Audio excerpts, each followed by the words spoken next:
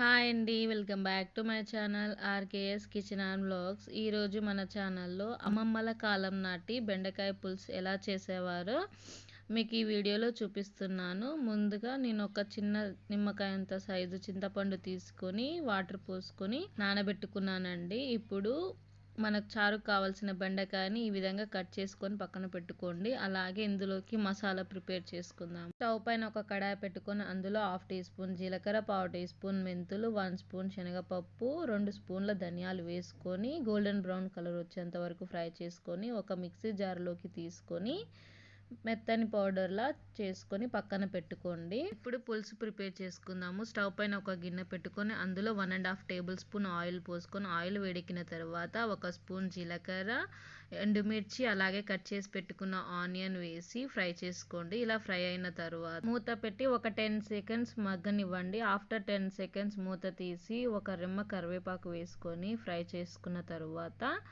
1/2 tea spoon అల్లం, 1/2 tea spoon పసుపు వేసి వన్స్ ఫ్రై చేసుకోండి పచ్చివాసన పోయేంత వరకు. ఇప్పుడు కట్ చేసి పెట్టుకున్న బెండకాయ ముక్కలు వేసుకొని బాగా కలుపుకొని మూత పెట్టి ఒక 1 మినిట్ మగ్గనివ్వండి. ఆఫ్టర్ 1 మినిట్ తర్వాత మూత తీసి మనం కట్ చేసి పెట్టుకున్న 2 మీడియం సైజ్ ఆనియన్ ముక్కలు వేసుకొని అలాగే సాల్ట్ వేసుకోండి. సాల్ట్ వేసిన తర్వాత వన్స్ కలుపుకొని మూత పెట్టి 1 మినిట్ మగ్గనివ్వండి. ఆలోపు మనము పులుసులోకి బియ్యం పిండి కలుపుకుందాము. 2 స్పూన్ల బియ్యం పిండి తీసుకొని ఇలా వాటర్ పోసుకొని ఉండలు లేకుండా కలిపి పక్కన పెట్టుకోండి. ఇప్పుడు మూత తీసి మనం ముందే నానబెట్టుకున్న చింతపండు నుండి పల్పు తీసి ఇలా 50% ఉడికిన బెండకాయ ముక్కల్లో పోసుకొని మనం చింతపండు పులుసుని బాగా మరగనివ్వాలి. ఇలా మరిగిన తర్వాతే మనం కలిపి పెట్టుకున్న బియ్యం పిండి మిశ్రమాన్ని పోసి ఉండలు లేకుండా కలుపుకున్న తర్వాత 2 స్పూన్ల కారం వేసుకొని వన్స్ కలుపుకోవాలి. ఇలా కలుపుకున్న తర్వాత కన్సిస్టెన్సీకి సరిపడా వాటర్ పోసుకోండి. అలాగే పులుపు చెక్ చేసుకుంటూ వాటర్ పోసుకొని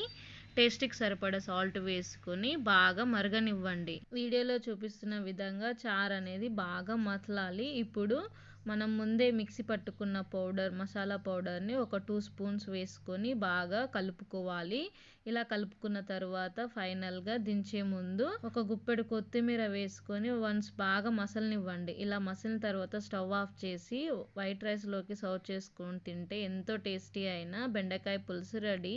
ఈ పులుసు నోరు బాగాలేనప్పుడు అండ్ హెల్తీగా తినాలనుకున్నప్పుడు ఇలా చేసుకొని తినండి. ఈ వీడియో మీకు నచ్చినట్లయితే లైక్ చేసి షేర్ చేసి నా ఛానల్ని సబ్స్క్రైబ్ చేసుకోండి. Thanks for watching.